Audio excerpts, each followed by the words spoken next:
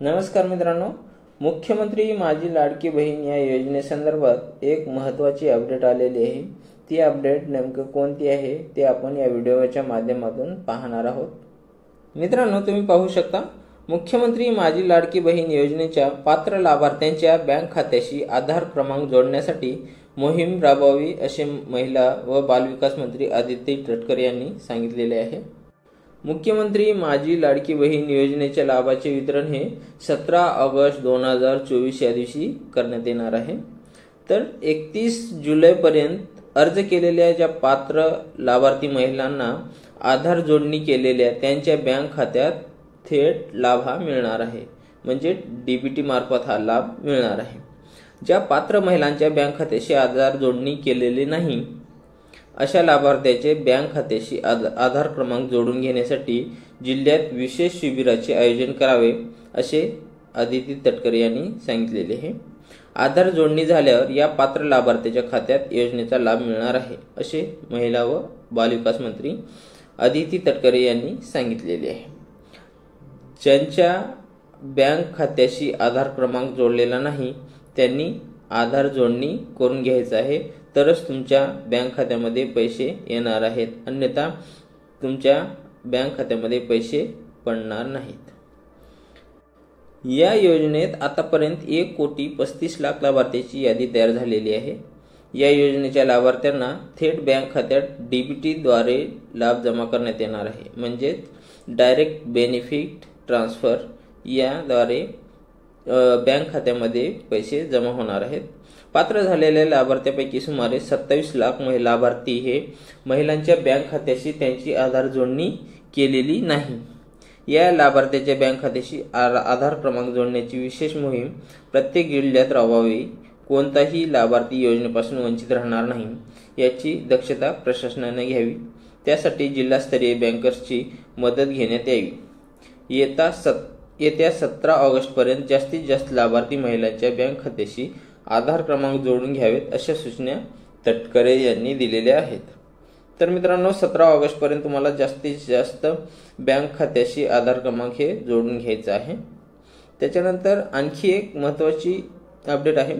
मुख्यमंत्री माझी लाडकी बहीण योजनेसाठी 31 ऑगस्टची मुदत ही अंतिम नसून, म्हणजेच 31 ऑगस्ट नंतरही पण अर्ज सुरू ठेवण्यात येणार आहे। अर्जाची प्रक्रिया निरंतर चालणार आहे।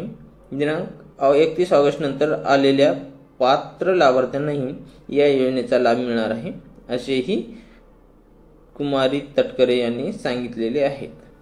तर मित्रांनो, या योजनेचा अर्ज हा 31 ऑगस्ट नंतर पण भरता येणार आहे असे आदित्य तटकरे यांनी सांगितलेले आहे। बँक खात्याशी आधार क्रमांक जोडल्यानंतर पात्र लाभार्थ्यांना मिळणारा लाभ, म्हणजेच मुख्यमंत्री माझी लाडकी बहीण योजनेचा अर्ज केलेल्या व बँक खात्याशी आधार क्रमांक जोडलेल्या लाभार्थ्याच्या बँक खात्यात येत्या 17 ऑगस्ट रोजी लाभाचे 2 हप्ते मिळणार आहेत। परंतु ज्या बँक खात्याशी आधार क्रमांक जोडले गेले नाही अशा पात्र लाभार्थ्यांना त्यांच्या खात्याशी आधार क्रमांक जोडले गेल्यानंतर लाभाची रक्कम मिळणार आहे। कोणतेही पात्र लाभार्थी लाभापासून वंचित राहणार नाहीत। 17 ऑगस्ट रोजी लाभ न मिळालेल्या लाभार्थ्यांनी आपले बँक खात्याशी तातडीने आधार क्रमांक जोडून घ्यावेत असे आवाहन केलेले आहे। तर मित्रांनो, ज्या लाभार्थी महिलांच्या खात्याशी आधार जोडणी ही केलेली नाही त्यांनी आधार जोडणी करून घ्यायचं आहे। आधार जोडणी झाल्यानंतर तुम्हाला ते 2 हप्त्याचे पैसे मिळणार आहेत। जोपर्यंत तुमचा आधार जोडला जात नाही तोपर्यंत तुम्हाला या योजनेचे पैसे हे मिळणार नाहीत। आणि ज्या महिला लाभार्थ्याच्या बँक खात्याशी आधार जोडणी केलेली आहे अशा लाभार्थ्याच्या बँक खात्यामध्ये 17 ऑगस्ट 2024 या दिवशी 2 हप्ते हे जुलै आणि ऑगस्ट या 2 महिन्याचे पैसे हे मिळणार आहेत। आणि मुख्यतः म्हणजे 1 ऑगस्ट नंतर येणाऱ्या अर्जाच्या मान्यतेची प्रक्रिया हे उद्यापासून सुरू होणार आहे। म्हणजेच मुख्यमंत्री लाडकी बहीण योजनेची अर्जाची छाननीसाठी सुधारित ॲप्लिकेशन तयार केले गेलेले आहे। अर्जासंबंधी प्रक्रिया करण्यासाठी स्थानिक स्तरावर अधिकारी देण्यात आलेले आहेत। यासंबंधी क्षेत्रीय अधिकाऱ्यांना प्रशिक्षण देण्यात आले असून हे नवीन ॲप्लिकेशन वापरण्यास सोपे आहे। या ॲप्लिकेशनमध्ये वार्डस्तरीय विधानसभा निहाय आकडेवारी उपलब्ध होणार आहे, असे श्री यादव यांनी सांगितलेले आहे। तर मित्रांनो, ही योजना निरंतर चालू ठेवण्याचा विचार हा सरकारने केलेला आहे।